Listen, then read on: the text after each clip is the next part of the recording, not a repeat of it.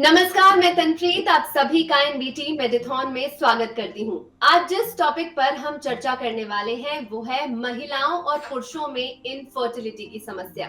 India में कई लोग हैं जो इनफर्टिलिटी की समस्या का सामना कर रहे हैं, इंक्लूडिंग मेन, विमेन दोनों। इसका कारण क्या है, कैसे इसे ट्रीट किया जा सकता है और इसका इलाज अब किस तरह संभव है, आज इन्हीं सवालों पर हम चर्चा करेंगे। और हमारे साथ जुड़े हैं तीन बेहद खास मेहमान। तो सबसे पहले मैं स्वागत करना चाहूंगी डॉक्टर बीना मुक्तेश जी का, जो क्लिनिकल डायरेक्टर हैं IVF motherhood fertility and IVF Gurgaon. बहुत बहुत स्वागत है डॉक्टर बीना आपका हमारे इस खास शो पर। थैंक यू साथ वेरी ही मच। साथ ही मैं स्वागत करना चाहूंगी डॉक्टर अंजलि कुमार का, जो डायरेक्टर हैं gynaecology and obstetrics CK Birla hospital Gurgaon. Ma'am आपका भी बहुत बहुत स्वागत है हमारे इस खास शो पर। Thank you for inviting me. साथ ही हमारे साथ जुड़ी हैं डॉक्टर जयश्री सुंदर, जो कि डायरेक्टर हैं obstetrics and gynaecology Madhukar rainbow children hospital. Doctor Jayshree आपका भी बहुत बहुत मैं स्वागत करती हूँ। नमस्कार, थैंक्स फॉर कॉलिंग। तो इनफर्टिलिटी पर आज हम चर्चा करने वाले हैं और बिना देरी के सबसे पहले सवाल करूंगी मैं डॉक्टर बीना से। और डॉक्टर बीना, जब पेशेंट्स आपके पास आते हैं और जिस तरीके से आप उन्हें ये समझाती हैं कि इनफर्टिलिटी कोई एक बीमारी नहीं है, ये एक सिचुएशन है और ये क्या है, कैसे आई, उसी तरीके से हमारे दर्शकों को भी आप सिंपल और आसान शब्दों में बताएं कि इनफर्टिलिटी आखिर कैसे होती है। जी हाँ, सबसे पहले हम इनफर्टिलिटी तब बोलते हैं जब कोई भी कपल या कोई दंपति कोशिश कर रहा है प्रेगनेंसी करने की और उनको 1 साल तक साथ रहते हुए भी बिना किसी कॉन्ट्रासेप्शन यूज किए अगर प्रेगनेंसी नहीं होती, तब हम उनको बोलते हैं कि आपको इनफर्टिलिटी की समस्या हो सकती है। लेकिन अगर किसी की उम्र ज़्यादा है, अगर 35 साल से उम्र ज़्यादा है, तो अगर 6 महीने भी वो साथ रह रहे हैं और कोशिश कर रहे हैं कि उन्हें किसी तरह से प्रेगनेंसी हो जाए और नहीं हो पाती, तभी भी हम उनको इनफर्टिलिटी का दर्जा दे सकते हैं।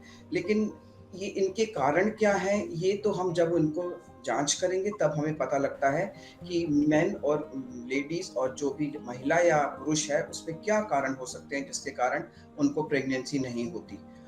सबसे पहले अगर हम पुरुष की बात करें, तो पुरुष लोगों में सबसे जो ज़रूरी टेस्ट होता है वो होता है सीमन टेस्ट। सीमन टेस्ट के बेसिस पे ही हम बता सकते हैं कि पुरुष को इनफर्टिलिटी है या नहीं है। और अगर महिलाओं की बात करें तो वो बहुत लंबी लिस्ट है, उसके बहुत से कारण होते हैं जिसके कारण उनको प्रेगनेंसी नहीं हो पाती। अगर हम पुरुष को फिर से पुरुष पर जाएं तो हम ये भी जानते हैं कि उनकी सीमन रिपोर्ट ऐसी क्यों है। उसके भी बहुत सारे कारण होते हैं कि उनकी सीमन या वीर्य की जो जांच है उसमें या तो शुक्राणु नहीं है, और अगर है तो कम मात्रा में है, और अगर कम मात्रा में है तो उसकी क्वालिटी कैसी है, वो किस तरह के शुक्राणु हैं, क्या वो प्रेगनेंसी बना सकते हैं या नहीं। इसीलिए ये बहुत ज़रूरी है कि हम तो दंपति दोनों को ही, स्त्री और पुरुष दोनों की ही जांच करें, जो कि हिस्ट्री से शुरू होती है। हिस्ट्री, फिजिकल एग्जामिनेशन जो हम चेक करते हैं, उनकी सारी पुरानी जो भी उनकी बीमारी हुई है उसके बारे में पता करते हैं, और फिर धीरे धीरे करके ब्लड टेस्ट, अल्ट्रासाउंड, ये करते करते हम एक निष्कर्ष पे पहुंचते हैं कि इस दंपति को ये प्रॉब्लम हो सकती है, इस कारण इनको प्रेगनेंसी नहीं हो रही। बिल्कुल। तो बेसिकली आप कारण का पता लगाने की पूरी कोशिश करते हैं और फिर डेफिनेटली बताते हैं। तो डॉक्टर जयश्री, जैसे डॉक्टर बीना ने उम्र का ज़िक्र किया कि एक उम्र जो है वो बहुत बड़ा जो है कारण बन सकता है। तो क्या साइंटिफिकली और लाइफ़स्टाइल बहुत बड़ा इम्पैक्ट पड़ता है इस पर? एक ये क्या कारण बन सकता है? तो ये आई थिंक हम लोग बहुत कम इस बारे में, इनफैक्ट हम अब ज़्यादा ही बोलने लगे हैं बायोलॉजिकल क्लॉक जो लेडीज़ की होती हैं। तो मैं मजाक में इन सिंपल टर्म पेशेंट्स को ये बोलती हूँ, या girls who come to me, हम औरतों को जब भगवान ने बनाया तो उन्होंने हमें एक फिक्स्ड रिजर्व ऑफ एग्स दे के भेजा है, एंड हमारे नए नए एग्स नहीं बनते। जो रिजर्व से हम पैदा होते हैं उसी रिजर्व से हमारी चलती है। तो एज वी एज ऑब्वियसली वो एग रिजर्व पुरानी हो जाती है, ड्विंडलिंग हो जाती है, क्योंकि बैंक बैलेंस में नया एडिशन बैलेंस नहीं होती है। वैसे बैंक बैलेंस में हो सकती है, लेकिन इसमें एडिशन नहीं होती है। दैट इज वाई जब हम उम्र हमारी बढ़ती रहती है तो एक अलर्टनेस होनी रहती है कि शायद हमारी एग रिजर्व जो 20-25 में होता है वो 30-35 में नहीं होती है। बट ऑल्सो हम जो देख रहे हैं रिसेंटली वो ये है कि बिकॉज मे बी हमारी लाइफ स्टाइल, क्योंकि हम 24/7 क्लॉक में रह रहे हैं। पहले हमारा क्या होता था, एक fixed diurnal variation of hormone जो होता है, हार्मोन्स की अलग अलग टाइम में अलग अलग सिक्रीशन होती है, उस हिसाब से इंसान सोता था और जगता था, जो आजकल नहीं हो रहा है। तो उस एंड डाइट एंड लाइफस्टाइल दोनों ने हमारी एग रिजर्व को शायद ज्यादा हेल्प कर रहा है to dwindle faster. That is why as doctor Beena said हमें बहुत ही अलर्ट रहनी पड़ती है। लेकिन अब हम देखते हैं कि शादी की एज पहले हम 20-25 में फर्स्ट प्रेगनेंसी देखते थे औरतों की, अब 30-32 में देख लेते तो बड़े खुश हो जाते कि यार 30-32 में फर्स्ट प्रेगनेंसी लेके आ गए हैं। सो ऑब्वियसली इतनी अवेयरनेस यंगस्टर्स में नहीं रहती है। दैट इज व्हाई ये बातें करना बहुत जरूरी है कि ये नहीं है कि हमें प्रेग्नेंट होना ही हमारी लाइफ की गोल होनी है, बट यदि हमें प्रेगनेंसी लेनी है we should start early then late. That is then हमें बहुत टाइम मिलती है उस पे काम करने की। दैट्स ये मैं सबको बताती हूँ once they come to me for a pre conception, या शादी के पहले जब आते हैं कॉन्ट्रासेप्शन की बात होती है, क्योंकि उनको लगता है कि हम कॉन्ट्रासेप्शन यूज कर रहे हैं इसलिए हम प्रेग्नेंट नहीं हो रहे हैं। वो गलत बात है। उनमें प्रेगनेंसी ना होने की है कुछ कमी, उस वजह से नहीं हो रही है। सो एज डेफिनेटली एक बहुत बड़ी फैक्टर है for ladies. Men age is not a factor because उनकी हर 3 मंथ्स में प्रोडक्शन चलती है। It doesn't stop at any point in time. But men में भी हम आजकल देख रहे हैं, बिकॉज आप लाइफस्टाइल बोलो, लैक ऑफ फिजिकल एक्टिविटी बोलो, क्लॉथिंग बोलो, staying a lot of time indoors बोलो, उस वजह से मेन में हम पहले जब हम पढ़ाई करते थे बोलते थे 60 मिलियन काउंट होने से ही अच्छा है। लेकिन आजकल हमने WHO ने भी क्राइटेरिया बदल दिया कि 15 मिलियन काउंट भी हमें मिलती है तो हम बड़े खुश हो जाते हैं कि हाँ 15 million count is also a good count for making somebody pregnant. So this is the difference in our in what we are seeing हमारी इतने दिन की प्रैक्टिस में। बिल्कुल। तो जिस तरीके से टेक्नोलॉजीज, अपना लाइफस्टाइल, हर कुछ चेंज हो रहा है, लेकिन जो ह्यूमन रिप्रोडक्टिव सिस्टम है वो पिछले हजारों साल से ऐसा का ऐसा ही है। लेकिन लाइफस्टाइल और उम्र ये सब कितना इफेक्ट करती है अब लोगों को समझ में आने लगा है। डॉक्टर अंजलि, मेन के कितने ज्यादा फैक्टर्स हो सकते हैं, थोड़ा सा डॉक्टर बीना ने भी बताया, डॉक्टर जयश्री ने भी हमारे साथ शेयर किया। इसके अलावा आप ऐसे कौन से फैक्टर्स देखते हैं स्पेशली मेन में, जब आपके पास कोई आता है इनफर्टिलिटी को लेकर, और स्पेशली मेन को लेकर कि कैसे ट्रीटमेंट्स अवेलेबल है हमारी इंडस्ट्री में? ओके, सो पहली बात तो मैं ये कहूँगी कि men and women are equally important और responsible for the pregnancy. Unfortunately आज भी हमारी कंट्री में एक वुमेन को उसके लिए रिस्पॉन्सिबल ठहराया जाता है। तो जब मेरे पास पेशेंट या कपल आता है तो सबसे पहले मैं पूछती हूँ भाई हस्बैंड कहाँ है, आप वाइफ को लेके आए हैं, हस्बैंड के टेस्ट हुए हैं कि नहीं, हस्बैंड पहले है कि नहीं वहां पे, is he the part of the conversations और नॉट। सो ये सबसे पहले हमें मैसेज देना बहुत ज्यादा जरूरी है कि the responsibility of producing a baby lies equally with both men and women. Scientifically also, as my colleagues would also agree, 40% हम केसेस में देखते हैं it is the male infertility, 40% cases में देखते हैं it is the female infertility, 10% cases में देखते हैं it is a combined infertility कि दोनों में ही कुछ ना कुछ प्रॉब्लम है, एंड 10% इडियोपैथिक जिसके अंदर नो कॉज फाउंड। तो दैट मीन्स 50% लोगों में 50% मेल में प्रॉब्लम आ रही, 50% फीमेल में आ रही है। अब मेल और फीमेल दोनों के अंदर डिफरेंट डिफरेंट कारण हो सकते हैं। जैसे डॉक्टर बीना ने बताया, जो सबसे मेन इंपॉर्टेंट टेस्ट हम मेल्स में देखते हैं वो है सीमन टेस्ट। अब सीमन के अंदर बहुत सारी चीजें हैं। नंबर 1 कि सीमन का काउंट कैसा है, दूसरी बात सीमन की क्वालिटी कैसी है, whether the sperms are able to move forward or not, because what we are interested is कि sperms आगे जाके एग को ढूंढ के फर्टिलाइज करें, लेकिन अगर sperms वहीं पे हैं, चल नहीं रहे, तो हमारे लिए वो sperms जो हैं काम के नहीं है। सो sperms का नंबर, sperms की क्वालिटी, दूसरा sperms में कहीं कोई इन्फेक्शन तो नहीं है, तीसरा मेल्स में भी कुछ ऐसी डक्ट्स होती हैं जो कि स्पर्म्स को ट्रांसपोर्ट करती हैं, कभी कभी उन स्पर्म्स के अंदर भी ब्लॉक आ जाता है। these days because of lifestyle changes हम लोग ऐसे केसेस भी बहुत देख रहे हैं जिसके अंदर मेल्स के साथ इरेक्टाइल डिसफंक्शन प्रॉब्लम है। दैट मीन्स स्पर्म बिल्कुल ठीक है, शायद सीमन एनालिसिस में कोई प्रॉब्लम नहीं है, but somehow men are not able to ejaculate at the right time.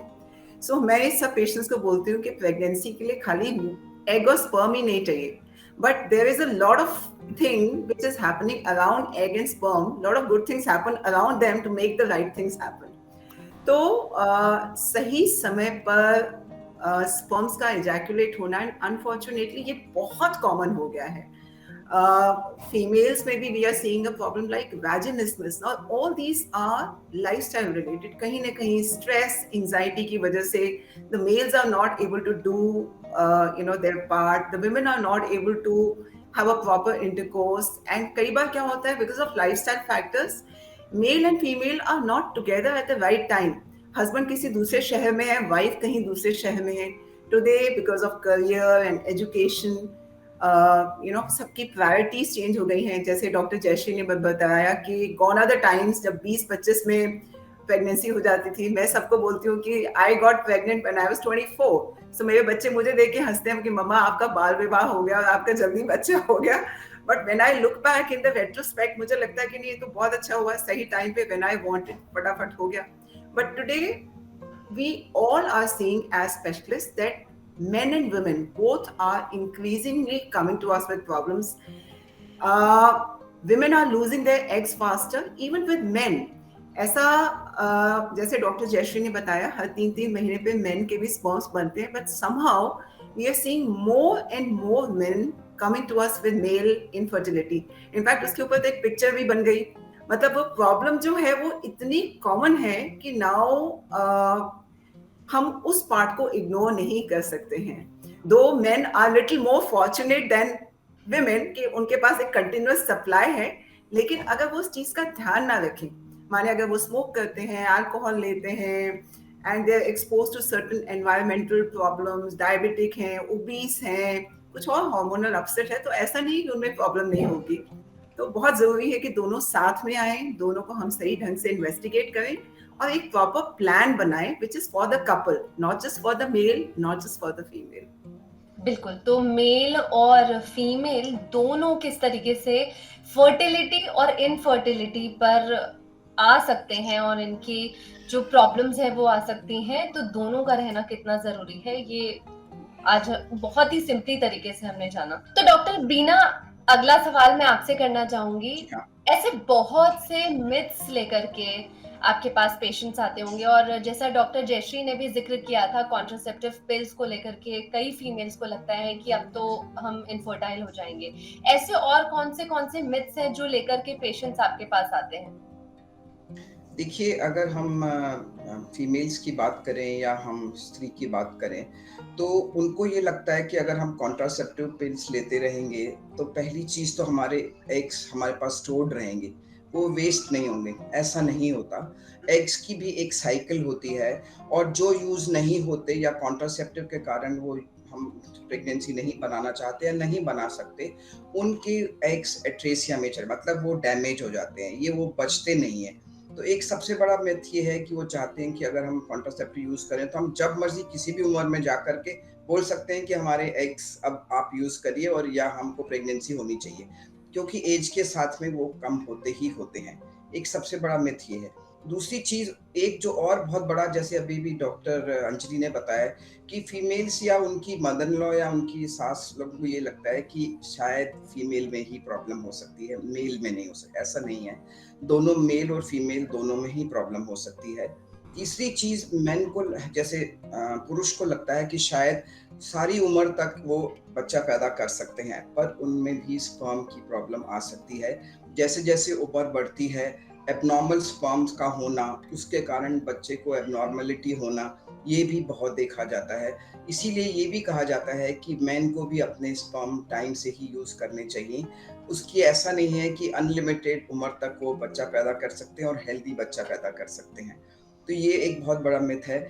और चौथी चीज, जैसे लाइफस्टाइल के बारे में बताया जाए तो ये कोई बहुत क्लैरिटी नहीं है लोगों को कि अगर हम लाइफस्टाइल में जैसा मर्जी जो मर्जी खाएं, जब मर्जी सोएं, जब मर्जी हम लोग बाहर का सब सामान यूज करें, बहुत ज्यादा ट्रैवल करें, स्लीप ना करें, बहुत टाइम तक कंप्यूटर के साथ बैठे रहें, हमारी स्लीप साइकिल ठीक ना हो, तभी भी हमको प्रेगनेंसी हो सकती है, ऐसा नहीं है। लाइफस्टाइल के कारण बहुत ऐसे देखा गया है। और आप देखिए पहले ज़माने में जब होता था तो 45-45 ईयर्स तक भी लेडीज़ बच्चा पैदा कर सकती थी। लेकिन आज जब हम देखते हैं तो 32 साल में, 33 साल में जब हमारे पास में लेडीज़ आती है तो हम इतना सरप्राइज़ हो जाते हैं कि उनकी बॉडी में एग्स ही नहीं है। और ये सब मोस्टली कुछ जेनेटिक भी होता है, ये नहीं कि जेनेटिक नहीं होता, लेकिन लाइफस्टाइल के कारण बहुत फ़र्क पड़ता है। अगर एग का नंबर ठीक है तो क्वालिटी भी ठीक नहीं निकलती। बहुत सारे पेशेंट्स को जब वो आते हैं तो वो हमको भी बोलना पड़ता है कि आपको हो सकता है आईवीएफ ही कराना पड़े क्योंकि आपके एग्स बचे नहीं हैं, और जितने बचे हैं उसको हम आईवीएफ में ही यूज़ करना चाहेंगे। सक्सेस रेट आईवीएफ की ज़्यादा है, इसीलिए हम उसको आईयूआई के लिए नहीं यूज़ कर सकते। तो इस तरह के मिथ्स होते हैं। और भी है, अगर सपोज करो वो चाहते हैं कि हमारे एग्स लाइफ टाइम तक के रहते हैं, वो ऐसा भी नहीं होता। और ये सब चीज़ों का इनको एक इम्प्रेशन रहता है कि शायद इस तरह से हमारी फर्टिलिटी बनी रहेगी।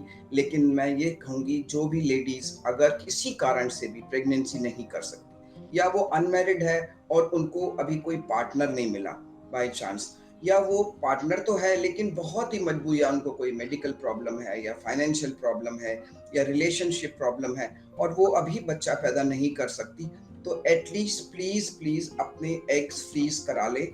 अगर आज वो एग फ्रीज कराते हैं, जो 32 साल की कोई भी लड़की या लेडी या महिला है, और अगर उन्हीं एग्स को वो 36 ईयर्स में यूज करती हैं या 38 ईयर्स में उन एग्स को यूज करना चाहती हैं, तो भी उस एग की एज 32 ही रहेगी, 36 या 38 नहीं होती जो कि लेडी की हो जाती है।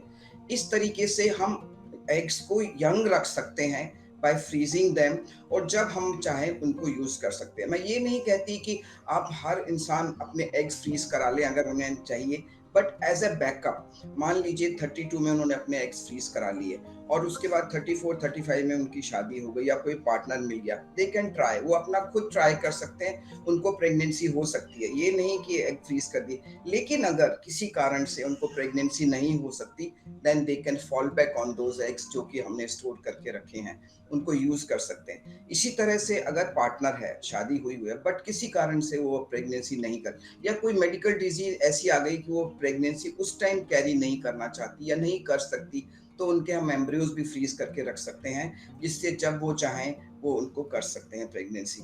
तो इस तरह से थोड़ा सा हमें ध्यान रखना पड़ेगा कि और एक और पहली चीज मैं बताना चाहूंगी कि आज की तारीख में मैं ये बोलना चाहूंगी, हर इंसान को, हर कपल को, हर लेडी को अपनी फर्टिलिटी चेक जरूर करानी चाहिए, क्योंकि इसका पता भी नहीं लगता। और हमारे पास कई ऐसे पेशेंट्स आते हैं जो कहते हैं कि काश हमें पता होता कि हमारी फर्टिलिटी ऐसे डाउन हो जाएगी, हम पहले अप्रोच करते, हम एक इन्फॉर्म कंसेंट देते कि हमें क्या करना है। अगर आज हमें बोले कि आपकी फर्टिलिटी 25% बची है, तो they can know what I am suppose to do, उनको पता होगा हम क्या करें। तो ये सब चीज़ों का बहुत ध्यान रखना पड़ता है। और बहुत मिथ्स लोगों के माइंड में होते हैं कि शायद, क्यों होता है, क्योंकि अवेयरनेस नहीं है। हमें फर्टिलिटी की अवेयरनेस क्रिएट करनी है। आपने बहुत अच्छा किया कि इस तरह का एक वेबिनार रखा, क्योंकि इससे लोगों को अवेयरनेस होगी। ऐसा नहीं होगा कि उनको परमानेंट डैमेज हो जाए और वो बाद में बच्चा भी ना पैदा कर सके। बिल्कुल, ये तो आपने सही कहा कि हमारा मकसद ही यही है कि हम आप लोगों के साथ जुड़ें और ऐसे टॉपिक्स पर बात करें जो लिटरली आज की डेट में बहुत ज़्यादा अहम माने जाते हैं। डॉक्टर जयश्री, उम्र का बार-बार ज़िक्र किया जा रहा है इनफर्टिलिटी को लेकर। तो कई लोग भी ऐसा मानते हैं कि उम्र का इनफर्टिलिटी और प्रेगनेंसी में आने वाली जो दिक्कतें हैं, उनमें सीधा कनेक्शन होता है। तो क्या आप भी इस बात से सहमत हैं? डेफिनेटली जो हमारी अभी डिस्कशन चल रही है, उम्र के साथ तो डेफिनेट एक रिलेशन है ही, क्योंकि जितना हमारी उम्र बढ़ती है, मेडिकल कंडीशंस, इफ हम अपनी हेल्थ का ध्यान नहीं रखते हैं, हम देखते हैं कि ओबेसिटी बढ़ रही है, डायबिटीज बढ़ रही है, वी आर सीइंग कि उनमें बीपी बढ़ रही है। सो ये सब प्रॉब्लम्स भी बढ़ रही हैं, तो उस वजह से even if they become pregnant, हमें मेडिकल डिसऑर्डर्स के साथ प्रेगनेंसी को कोप करनी पड़ती है, जो हम बोलते हैं हाई रिस्क प्रेगनेंसी हो जाती है। दूसरी बात ये है कि बट ये हमें कभी नहीं भूलना चाहिए कि हम यंगस्टर्स भी देखते हैं जो हमारे पास रूरल एरिया से आते हैं, जो भी फर्टिलिटी इश्यूज लेके आते हैं, बिकॉज वहाँ पर हम देखते हैं कि हमारे कंट्री में टीबी की इंसिडेंस बहुत हाई है, तो हमारे इंसिडेंस में ट्यूबल ब्लॉकेज और सब fertility because of tubal blockage भी बहुत बड़ी अहमियत है। जो कम उम्र में भी फर्टिलिटी इश्यूज आते हैं, ऐसे नहीं आते हैं, बट डेफिनेटली एग रिजर्व जो है, ज्यादा उम्र में ही हमारे पास नुकसान, एग्स का नुकसान होना और एग्स सही तरीके से ना काम करना, दोनों बहुत रेलेवेंट होती हैं। दूसरी बात हमें ये भी समझाना पड़ता है, क्योंकि बहुत लड़कियां आती हैं, जैसे डॉक्टर मुकेश ने कहा कि हम अपने एग्स को स्टोर कर लेते हैं। सो ऑब्वियसली जितना अच्छा रिजल्ट एम्ब्रियो को स्टोर करने में आता है, उतनी अच्छी रिजल्ट शायद eggs, I am not the fertility specialist, we do more of general gynaecology, but then they should understand कि एग स्टोर करने से भी नंबर ऑफ एग्स कितना हम स्टोर कर रहे हैं, तो उनको ये अवेयरनेस भी रहना बहुत जरूरी है कि हमने कितने एग्स स्टोर किए हैं, because there are many girls who give up their eggs, donor eggs की काम भी करते हैं, बाद में उन पे क्या इम्प्लीकेशंस है उसके बारे में नहीं सोचते हैं। So there are lot of things जो हमें बताना पड़ता है लड़कियों को, क्योंकि हमने एक वेस्टर्न लाइफ चूज करी है कि हम वी वांट कि हमारी लड़कियां, हमारी बच्ची, मेरी बेटी सभी पढ़े लिखे हो, लेकिन एक टाइम था कि हम लोग जब पढ़ रहे थे, डॉक्टर अंजलि बोली कि हम सोचते कि पढ़ाई, प्रोफेशन, फैमिली लाइफ सब इकट्ठा चल सकती है, ये सोच के चलते हैं, लेकिन जब हम वो नहीं सोच के चलते हैं तो हमारी लड़कियों में अवेयरनेस क्रिएट करना बहुत ही ज्यादा जरूरी है। फिर उस एज पर आकर 35-40 में मैं कितने लड़कियों को देखती हूँ कि हर चीज गिव अप करके एक प्रेगनेंसी के पीछे लगे रहते हैं, then it becomes a very sad thing. So ये चॉइस हो सकती है, नहीं मुझे 30 में नहीं प्रेग्नेंट होना है, 40 में ही प्रेग्नेंट होना है, बट ये नहीं होनी चाहिए कि मेरे को किसी ने बताया नहीं कि 40 में मुझे कितनी मुश्किलें देखनी पड़ेगी।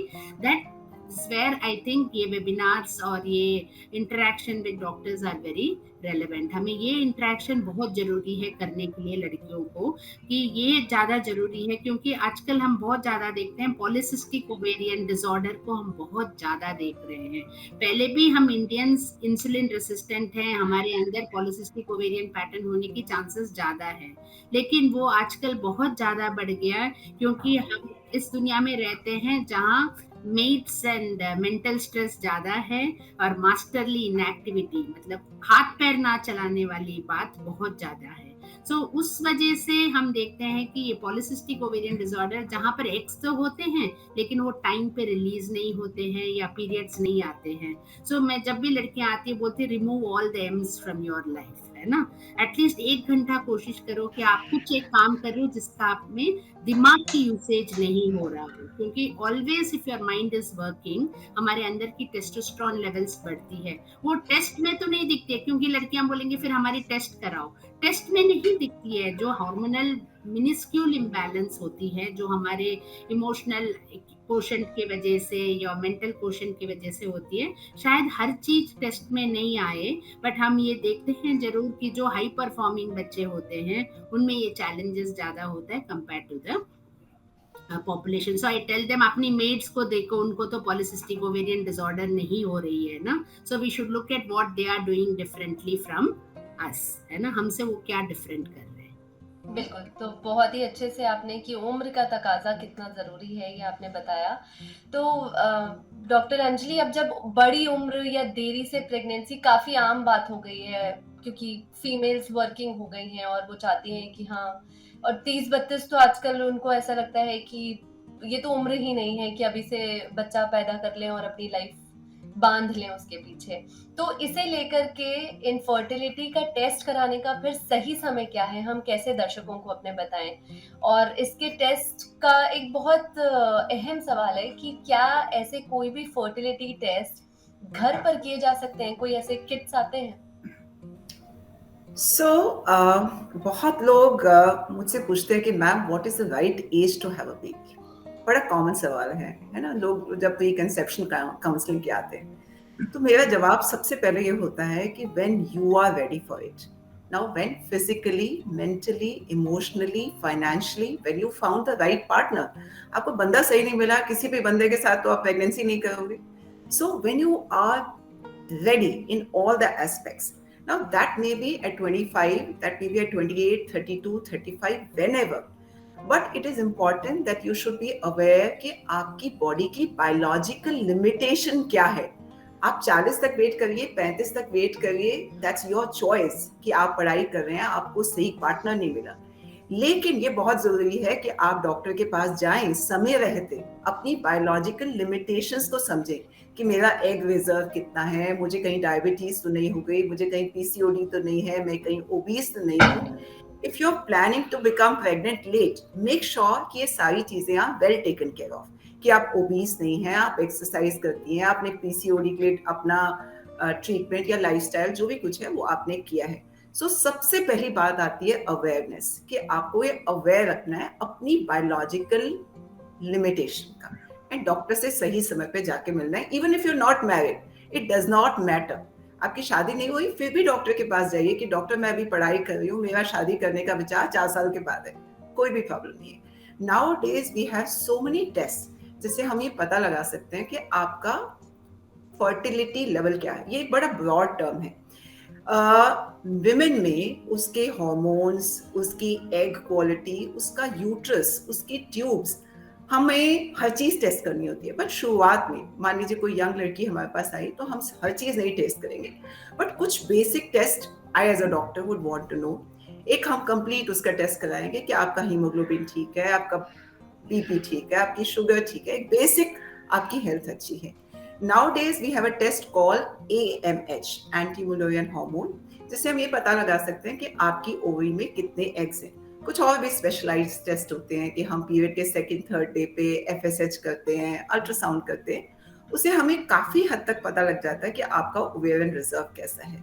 ट्यूब टेस्ट अभी नहीं करेंगे अगर आप मैरिड नहीं हैं. एक अल्ट्रासाउंड जरूर कर सकते हैं ये देखने के लिए कि कहीं आपके यूट्रस में कहीं कोई एब्नॉर्मैलिटी तो नहीं है, कोई फाइब्रॉइड्स तो नहीं है, कोई पॉलिप्स तो नहीं है, ताकि अगर समय रहते उसकी कोई भी ट्रीटमेंट चाहिए तो हम पहले कर सकते हैं, ताकि जब आप मैरिड हो आप अपना उसमें टाइम ना वेस्ट करें.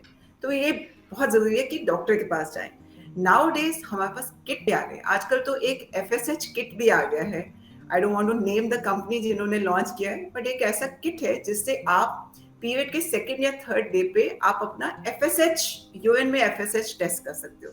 अगर उसमें दिखाता है कि 2 लाइंस हैं, दैट मींस आपकी बॉडी में FSH लेवल ज्यादा है. तो अगर आपने ये टेस्ट किया, प्लीज डोंट गेट पैरानॉइड. तुरंत डॉक्टर के पास जाएं कि भाई ऐसा टेस्ट है. या अगर आपकी फैमिली में हिस्ट्री है, मान लीजिए आपकी मदर को जल्दी मेनोपॉज हो गया, आपकी सिस्टर की जल्दी मेनोपॉज हो गया, और मे बी आपकी फैमिली में कोई आदमी है जो स्ट्रगल कर रहा है इनफर्टिलिटी से, एंड आपको लगता है कि मैं अभी शादी के लिए तैयार नहीं हूँ फॉर व्हाट सो रीजन, आप अपना टेस्ट करिए एंड डॉक्टर से पास जाइए. वो आपके लिए कंफर्मेटरी टेस्ट करेंगे, अल्ट्रासाउंड करेंगे. Once again we come to this कि हाउ अवेयर आर वी, हम अपनी हेल्थ को कितनी प्रायोरिटी देते हैं, वो बहुत इंपॉर्टेंट है.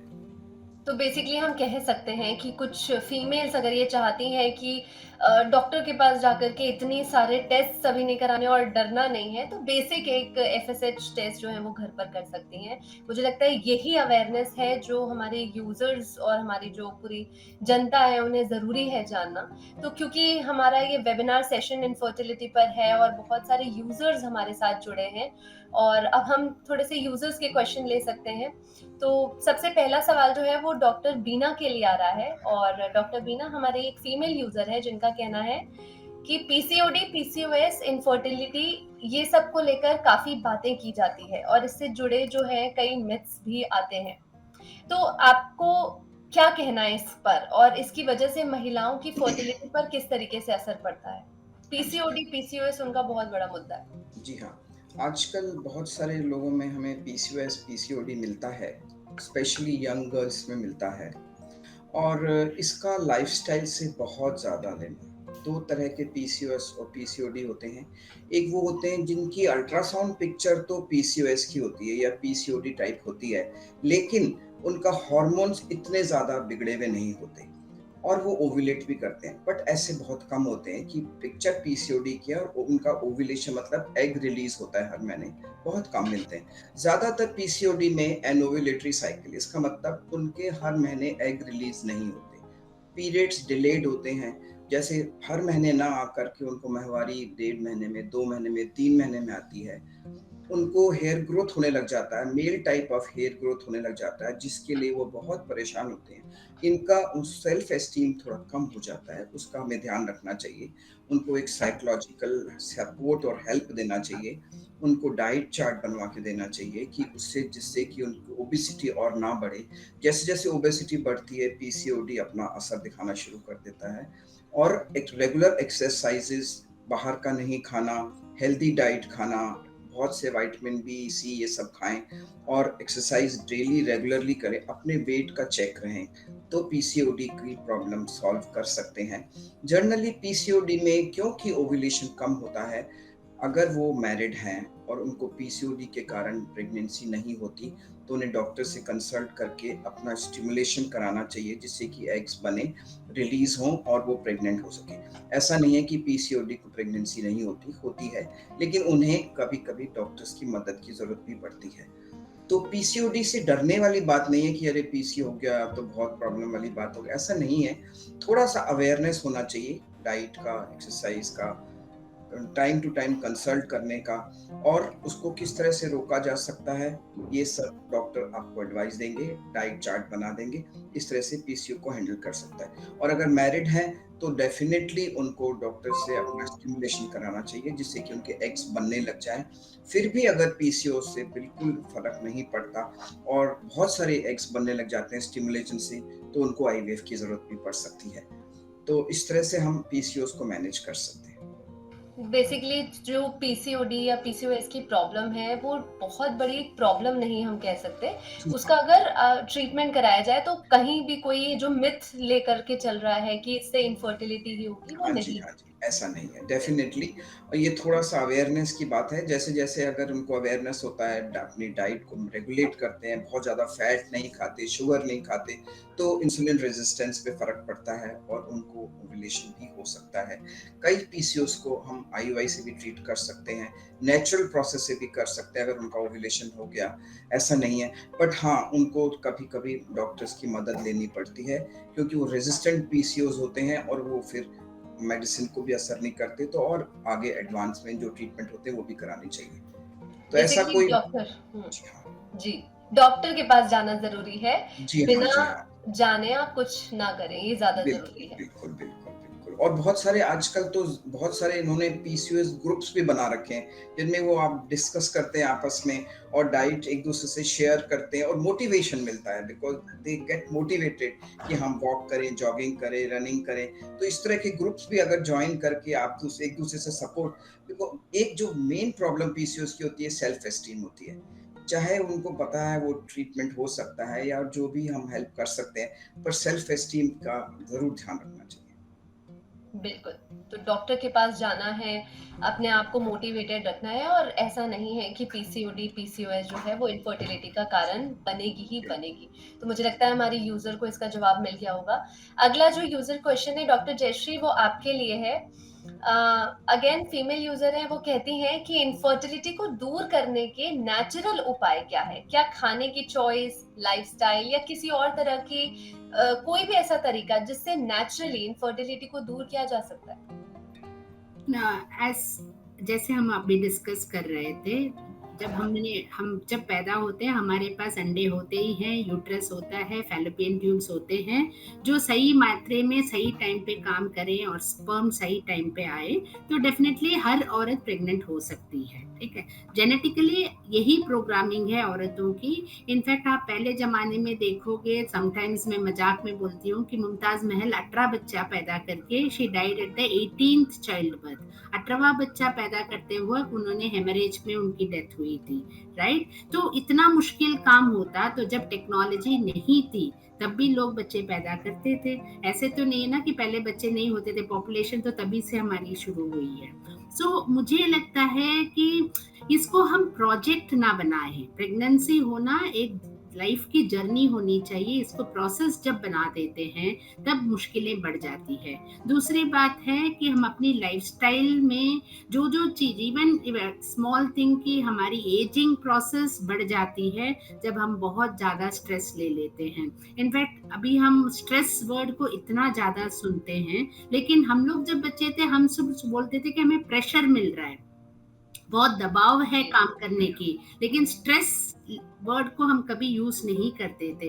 लेकिन तो मैं इसको मानती हूँ कि स्ट्रेस वर्ड को हम अपनी जिंदगी से दूर करें, जो चीज नहीं पसंद है वो ना करें, and if we try to keep it simple, हम अपनी लाइफस्टाइल को सिंपल रखें और टाइम पे सोना, टाइम पे उठना, जो आजकल की दुनिया में सबसे मुश्किल काम मुझे लगता है, क्योंकि बहुत लोग कॉल सेंटर्स में काम करते हैं, अमेरिकन टाइमिंग्स में काम करते हैं, काम के लिए 2-2 घंटा ट्रैवल करते हैं। So all that also has an effect. So fertility को हम इनफर्टिलिटी बोल देना बहुत बड़ा शब्द है। सब fertility can definitely be removed, हम अपनी लाइफस्टाइल को थोड़ा सिंप्लीफाई करें तो, and everything can be reversed. हम हर चीज को रिवर्स कर सकते हैं इफ हम लाइफस्टाइल को सही मात्रा में चलाएं। तो उसमें डाइट में जितना हम पैकेज्ड फूड्स खाते हैं उतनी हमारी एजिंग प्रोसेस बढ़ती है। इनफैक्ट अमेरिका में तो डॉक्टर्स ने होम कुकिंग सिखाना शुरू कर दिया है लोगों को कि घर का खाना बना के खाओ, दैट इज द बेस्ट। जो फूड आप तुरंत बना के तुरंत खाते हो, ऑब्वियसली आपकी न्यूट्रिएंट वैल्यू बेटर होती है, एंड जो स्मॉल माइक्रो न्यूट्रिएंट्स जो हम कभी कभी पेशेंट्स को प्रिस्क्राइब करते हैं कि सेलेनियम होनी चाहिए, मैग्नीशियम होनी चाहिए, जिंक होनी चाहिए, ये सब तभी मात्रा में मिलेंगे जब आप तुरंत कुक करके खाते हो। ये नहीं हो सकती कि हमने 3 दिन पहले कुक किया कि हर 2 दिन में उसको गर्म करके खा रहे हैं। So even these small changes make a big difference, not only to our fertility health, हर हेल्थ के लिए हमारी हेल्प करती है, एंड इस पे हमारी फोकस ज्यादा रहनी चाहिए, and that should be it, कि हमें नेचुरली जितना हो सके करते हैं। And I have seen people reversing their endometriosis, थोड़ी हेल्प लगती है, बट एंडोमेट्रियोसिस जो होता है, पॉलिसिस्टिक ओवरी होता है, जो लड़कियां बोलती हैं मेरे 4 महीने में पीरियड नहीं आई, उन्होंने 5% अपनी वेट कम करी तो उनकी साइकिल्स रेगुलर आना शुरू करती है। So there is a lot that we can do naturally, and हम डॉक्टर्स की भी ज्यादातर ये फोकस रहती है कि बार बार दवाई पे मत आओ, try to work on this. But जब सब इम्पेशेंट हो जाते हैं तो फिर ट्रीटमेंट पे ट्रीटमेंट हमारी जरूरत पड़ जाती है। बिल्कुल, तो नेचुरली जो अगर ट्रीट करना है तो उसके लिए कुछ भी एफर्ट डालने की ज़रूरत नहीं है। हर चीज़ हम जो पहले से करते आ रहे थे बस उसी को कंटिन्यू रखना है। तो बहुत ही अच्छे तरीके से डॉक्टर जयश्री आपने बताया, तो मुझे लगता है कि हमारी यूज़र का आंसर उन्हें मिल भी गया होगा। Next user question doctor Anjali आपके लिए है, और ये है एक मेल यूज़र जिनका कहना है कि क्या कोई ऐसे फूड सब्सटेंसेस होते हैं जैसे कि मिंट्स लेना हो गया, या अलग-अलग तरह के लिकर्स लेते हैं जब वो, या ऐसी कोई मेडिकेशन, सॉल्ट, ये सब इनफर्टिलिटी की समस्या क्रिएट कर सकते हैं? यस, सो बहुत सारी चीजें हैं, specially smoking and alcohol. Smoking is something which is known to cause कि स्पर्म प्रोडक्शन खराब हो जाती है, स्पर्म मोटिलिटी खराब हो जाती है। In fact smoking is one of the major reasons कि आपका सीमन पैरामीटर्स जो है वो खराब हो जाए। तो मैं सबको बोलती हूँ कि भाई इससे बढ़िया रीजन नहीं हो सकता to quit your smoking. If you want to be a father, please quit this habit. So सबसे पहले अगर आप प्रेग्नेंट होना चाहते हैं, for all the men who are watching, quit smoking, and in all probability quit alcohol also. So in alcohol अभी recently एक WHO और एक Lancet की study आई है that soon we will have a warning on every bottle of alcohol saying that this is injurious to health. Like we have a warning on every packet of the cigarette, we will now have a warning on every bottle. See, हमें ये सिखाया गया है wine is very good for heart. But कहाँ लिखा है, किस study में ऐसा प्रूवन है? So today, if I have time, probably I'll quote you that study. It says that alcohol, even in smallest amounts, is injurious to health. So smoking, alcohol, environmental toxins, माने अगर आप किसी ऐसी industry में काम करते हैं जहाँ पे आपको इंडस्ट्रियल फ्यूम्स से एक्सपोजर है, अगर आप ऐसी इंडस्ट्री में काम करते हैं जहाँ पे आपको हर्बिसाइड्स या पेस्टिसाइड से एक्सपोजर है, तो ये चीज आप इस चीज को ऑब्जर्व करें, आप अपने डॉक्टर से बताएं. If it means to change your job or quit your job, it will be worth it.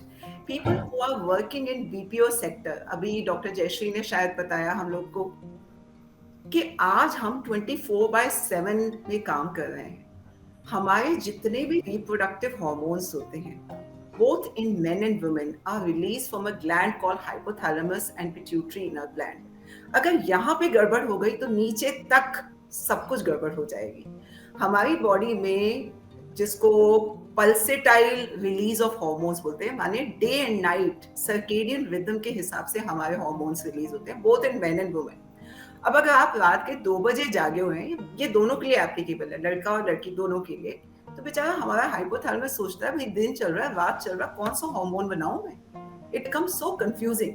Now these are very very simple things. Then for men specifically, make sure कि आप बहुत ज्यादा tight undergarments नहीं पहने. आप अपने scrotal area को बहुत ज्यादा हीटेड एनवायरनमेंट में ना रखें. Let me put it like this कि भगवान ने टेस्टिस को शरीर के बाहर क्यों रखा है? बिकॉज स्पर्म्स जो होते हैं बहुत ही डेलिकेट क्रीचर्स होते हैं. थोड़ा सा टेम्परेचर भी ज्यादा बढ़ जाता है तो स्पर्म्स की हेल्थ को अफेक्ट करता है, इसीलिए भगवान ने टेस्टिस को शरीर के बाहर रखा है. अब अगर हम लैपटॉप लैब में रख के करते हैं, अगर हम ज्यादातर स्टीम या सोना लेते हैं, बहुत ज्यादा एक्सरसाइज करते हैं, बहुत ज्यादा टाइट अंडरगारमेंट्स कहते हैं, तो सारी छोटी छोटी चीजें भी आपके स्पर्म्स की क्वालिटी को खराब कर सकती हैं. मेन हु आर ओबीस, जिनको डायबिटीज है, जिनका प्रोलैक्टिन लेवल बढ़ा हुआ है, जिनका थायराइड बढ़ा है, वंस अगेन उनकी जो स्पर्मेटोजेनेसिस है, माने जिस हिसाब से स्पर्म्स उनकी बॉडी में प्रोड्यूस हो रहे हैं, वो भी इफेक्ट होते हैं. तो इन सब चीजों के ऊपर ध्यान रखें. ज्यादातर ये सारी चीजें बहुत ही आसान है कि अपना वेट कंट्रोल करें, स्मोकिंग छोड़ दें, अल्कोहल छोड़ दें, अपनी बॉडी में, अपनी डाइट में एंटीऑक्सीडेंट रिच लें, डाइट लें. हम सबको बोलते हैं कि आपकी डाइट जितनी ज्यादा कलरफुल होगी उतना ज्यादा अच्छा है. Make sure that your plate is red, green, yellow, सब टाइप के कलर्स होने चाहिए. Now these are the foods जो कि एंटीऑक्सीडेंट रिच होते हैं, जो कि फ्री रेडिकल डैमेज को अवॉइड करते हैं. सो ये याद रखें कि स्पर्म्स और एग्स बहुत ही डेलिकेट होते हैं. हम हमारी छोटी छोटी गलत लाइफस्टाइल हैबिट से इनको नुकसान हो सकता है. छोटी छोटी चीजें, जैसे डॉक्टर जयश्री ने बताया कि आजकल बड़ा कॉमन हो गया है, लोग हफ्ते में एक बार खाना बनाते हैं और बोलते हैं हर सेकंड डे में वही छोटा सा खाना फ्रिज में से निकाल के माइक्रोवेव में हीट करके करूंगी.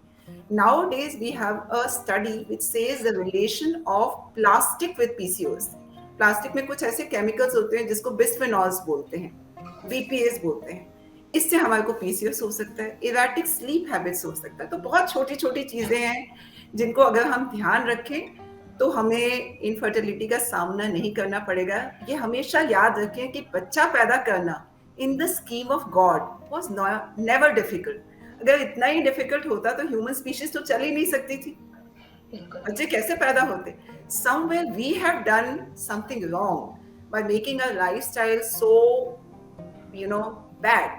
और मैं सबको बोलती हूँ we all are paying a price for being modern in our lifestyles. Erratic sleeping habit, long travel, no exercise, increased screen time, so much of stress. मतलब मैं सबको देखती हूँ, I'm sure both my colleagues will agree, PCOD की कहानी शुरू होती है जब लड़की 15 या 16 साल की होती है, जब वो 10th क्लास में होती है, 11th क्लास में होती है. उसके ऊपर इतना प्रेशर होता है कि ये क्लास वो क्लास जाना है, ये एंट्रेंस एग्जाम है, वो एंट्रेंस एग्जाम है, फिर वो हॉस्टल में जाती है, फिर उसे ये स्ट्रेस होती है कि मेरी डीपी कैसी होनी चाहिए, मेरे इंस्टाग्राम पे ये होना चाहिए, मेरा बॉयफ्रेंड कैसा होना चाहिए. There is so much of stress and most of that stress is unproductive stress. तो स्ट्रेस को कैसे कम करें, इसका आंसर हमें खुद निकालना है. हमें अपनी लाइफ को अनकॉम्प्लिकेट करना है. And this applies both to men and women. बिल्कुल. तो किस तरीके से नेचुरली हमने जाना, किस तरीके से कुछ आदतों को दूर रख करके ठीक किया जा सकता है, ये हमने जाना. मुझे लगता है कि डॉक्टर्स अगर आपकी बात हमारी जो जनता है या लोग मानने लग गए तो आपके पास ही कोई नहीं आएगा. We are happy. हमारे पास डिलीवरी कराने आएंगे, कोई बात नहीं. बिल्कुल, तो अगला क्वेश्चन मैं लेती हूँ, डॉक्टर बीना के लिए है और इनका क्वेश्चन बहुत ही ज़्यादा सीरियस क्वेश्चन है। वो पूछना चाह रही हैं कि मिसकैरेज अगर बार-बार हो रहा है या बार-बार किसी फीमेल का अबॉर्शन कराया गया है, तो क्या ये भी एक कॉज़ बन सकता है इनफर्टिलिटी के लिए? जी हाँ, हम उसको सब फर्टिलिटी कहते हैं। अगर किसी को एक लाइव बच्चा या ज़िंदा बच्चा नहीं मिल पाता और बार-बार अबॉर्शन होते हैं और प्रेगनेंसी लगती है, तो हम उसको सब फर्टिलिटी की कैटेगरी में डालते हैं। जनरली क्या होता है कि जब इस तरह के अबॉर्शन बार-बार होते हैं, तो हमें ये देखना होता है कि कितने टाइम में अबॉर्शन हुआ। फर्स्ट 3 मंथ्स में हुआ, नेक्स्ट 3 मंथ्स में हुआ। अगर फर्स्ट 3 मंथ्स में अबॉर्शन होता है तो उसके कारण अलग होते हैं और उसको भी अलग से ट्रीट किया जाता है। मान लीजिए अगर फर्स्ट 3 मंथ्स में अबॉर्शन हो रहा है, तो क्या प्रेगनेंसी यूट्रस में आई थी? क्या अल्ट्रासाउंड ने बोला था कि हाँ, प्रेगनेंसी दिखाई दे रही है अल्ट्रासाउंड में और उसके बाद प्रेगनेंसी बढ़ी नहीं, बच्चा बढ़ा नहीं, उसमें बच्चे की दिल की धड़कन नहीं आई। तो इस तरह की जो अबॉर्शंस होते हैं जिसको हम मिस्ड अबॉर्शन कहते हैं, वो जनरली जेनेटिक होते हैं। उसमें बच्चे की फीटल हार्ट नहीं आना, may be something wrong with the genes. लेकिन एक बार ऐसे होने का मतलब ये नहीं कि हमेशा के लिए कोई जीन खराब हो गया और इसमें हमेशा प्रॉब्लम आएगी। अगर रिपीटेड आती है तो हमें उसको थोड़ा ध्यान देके उस हिसाब से ट्रीट करना चाहिए। और अगर फर्स्ट 3 मंथ्स में अबॉर्शन ब्लीडिंग से शुरू होता है, मान लीजिए प्रेगनेंसी तो है, दिल की धड़कन है बच्चे की, लेकिन ब्लीडिंग हो गई और अबॉर्शन हो गया, उसको हम इनकम्प्लीट या इनएविटेबल अबॉर्शन बोलते हैं। इस कैटेगरी के लिए ट्रीटमेंट और इलाज और इन्वेस्टिगेशन भी अलग तरीके से होता है। जेनेटिक को ना ध्यान देके और चीज़ों में इम्यूनोलॉजिकल फैक्टर्स है, लोकल फैक्टर्स हैं, इन सब को ध्यान दे करके देखना पड़ता है कि क्या कारण है इनको फर्स्ट 3 मंथ्स में अबॉर्शन हो गया। और अगर सपोज किसी का अबॉर्शन बार-बार होता है और वो होता है 3 महीने के बाद, 3 टू 6 मंथ्स में, तो उसके और मेडिकल कॉजेज़ हो सकते हैं, हाई ब्लड प्रेशर हो, डायबिटीज़ हो या उसका इनकॉम्पिटेंट ऑस जिसे हम कहते हैं कि यूट्रस का जो माउथ होता है, वो थोड़ा-सा लूज़ होता है या शॉर्ट होता है जिसके कारण उनको अबॉर्शन होने के चांसेस ज़्यादा होते हैं और बार-बार होता है। उसका ट्रीटमेंट ये होता है कि हम उनमें स्टिच लगाते हैं जिससे कि वो टर्म तक पहुँच जाए, कुछ एक्स्ट्रा रेस्ट देते हैं जिससे कि उनको प्रेगनेंसी वायबिलिटी तक पहुँच जाए। इस तरह से रिपीटेड अबॉर्शंस को भी ट्रीट किया जा सकता है। इम्यूनोलॉजिकल कॉजेज़ हैं तो उसको देते हैं, कुछ एस्पिरिन वगैरह देते हैं जिससे ब्लड सप्लाई बढ़े बच्चे को, बच्चा ग्रो कर सके। और अर्ली प्रेगनेंसी में हम स्पर्म पे भी थोड़ा ध्यान, अगर सपोज किसी को बार-बार ऐसा होता है, तो हम स्पर्म का टेस्ट भी करा के देखते हैं, डीएनए फ्रेगमेंटेशन करते हैं कि क्या स्पर्म टूटे हुए हैं, क्या स्पर्म में वो कैपेसिटी नहीं है कि वो प्रेगनेंसी को 9 महीने तक ले जाएँ। तो ये भी बहुत इम्पोर्टेंट चीज़ है। तो अगर रिपीटेड अबॉर्शन किसी को होते हैं और आजकल एक और एडवांसमेंट भी है, अगर किसी को बार-बार ऐसी प्रेगनेंसी होती है जिसमें बच्चे की दिल की धड़कन नहीं आती, उन केसेस में हम एम्ब्रियो बायोप्सी भी करते हैं। एम्ब्रियो बायोप्सी का मतलब होता है उनको हम आईवीएफ के थ्रू एम्ब्रियोज बनाते हैं और उनकी बायोप्सी करने भेजते हैं कि इसमें से कौन सा एम्ब्रियो ऐसा है जिसमें प्रेगनेंसी 9 महीने तक पहुंच जाएगी और कौन सा एम्ब्रियो ऐसा है जिसमें अर्ली अबॉर्शन होगा। तो इस तरह की बायोप्सी करके हमें, मान लो हमारे पास में 10 एम्ब्रियोज हैं और हमने बायोप्सी करके पता लगा कि ये 3 एम्ब्रियो वायबल है और ये एम्ब्रियोज अच्छे हैं, इनको अगर हम डालें तो प्रेगनेंसी आगे तक जा सकती है। उन केसेस में हम उनको एम्ब्रियो में से 10 में से वो ही 3 सेलेक्ट करते हैं और वो ही डालते हैं और हमें बहुत अच्छे रिजल्ट्स मिलते हैं। वो प्रेगनेंसी बार-बार अबॉर्ट नहीं होती और आगे तक जा सकती है। ये एडवांसमेंट्स में है और इस एडवांसमेंट का फ़ायदा मुझे लगता है लोगों को उठाना चाहिए। अगर बार-बार अबॉर्शन होते हैं और फीटल हार्ट नहीं आता, तो उनको डेफिनिटली एम्ब्रियो बायोप्सी करा के वायबिलिटी तक पहुँचना चाहिए। तो टेक्नोलॉजी कितनी आगे पहुंच चुकी है, मुझे लगता है कि सेशन से हम सभी ने जाना होगा।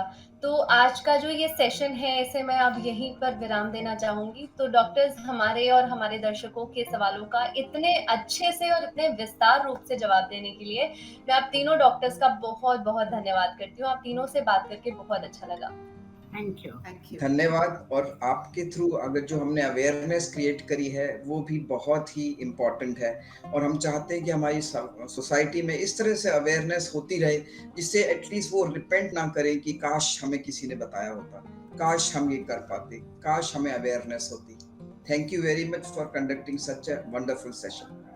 बिल्कुल, तो दर्शकों अभी कहीं नहीं जाना है क्योंकि अभी ब्रेक की बारी है और मेडिथॉन का सिलसिला जारी है। तो thank you so much doctors हमारे साथ जुड़ने के लिए। Thank you.